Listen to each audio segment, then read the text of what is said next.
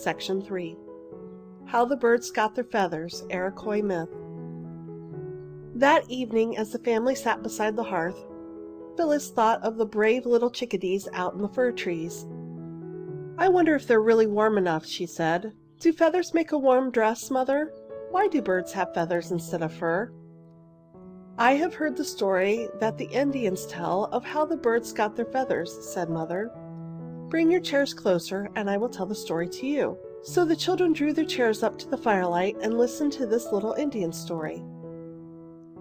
"Once some little Indian children," began their mother, "gathered about the fire inside their deerskin wigwam and begged their mother for a story. Each little Indian was wrapped in a bright-colored blanket. Each little Indian wore long turkey buzzard feathers in his hair. The Indian mother looked at her baby braves proudly. She thought of the time when each of the children was a tiny papoose and swung in a deerskin cradle like a bird in its nest. "There was a time," said the Indian squaw, "when the birds had no feathers. Being naked, they remained hidden among the leaves.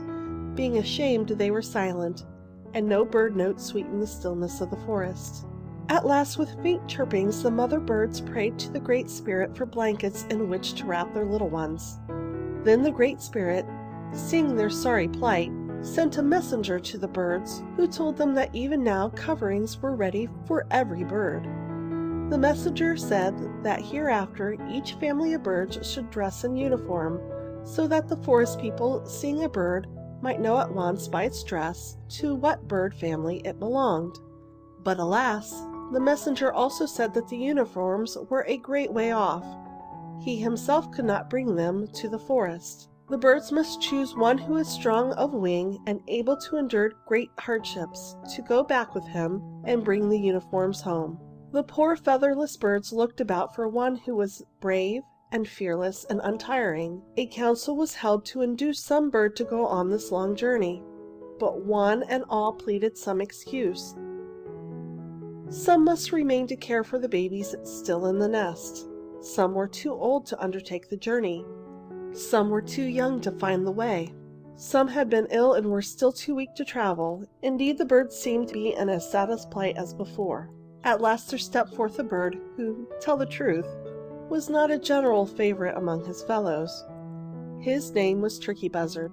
The bird agreed to undertake the long journey and bring back the feathery uniforms, if he could choose the most beautiful coat of feathers for himself and his family forever. To this the other birds consented, and the featherless turkey buzzard flew away. It indeed was a long and dangerous journey. Sometimes the poor bird nearly dropped from weariness and hunger. Sometimes so hungry was he that he was forced to make a meal off of some dead animal which lay in the way. Indeed, so often did he do this that in time he came to like this food. It came to pass after many days that the turkey buzzard, being directed by the Great Spirit, found the feathery uniforms. He at once began to look them over. He intended to choose the most beautiful coat of feathers for himself and his family. Soon he found a suit of most gorgeous colors.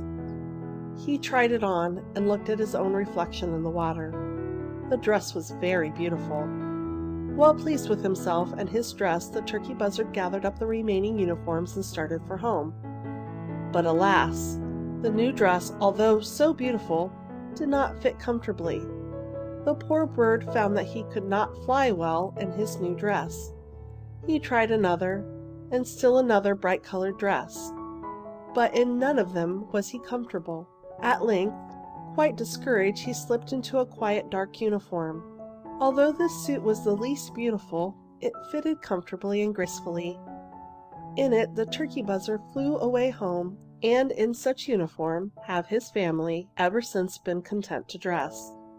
The turkey buzzards are quite willing to leave the more gorgeous dresses for those birds who cannot fly so far, nor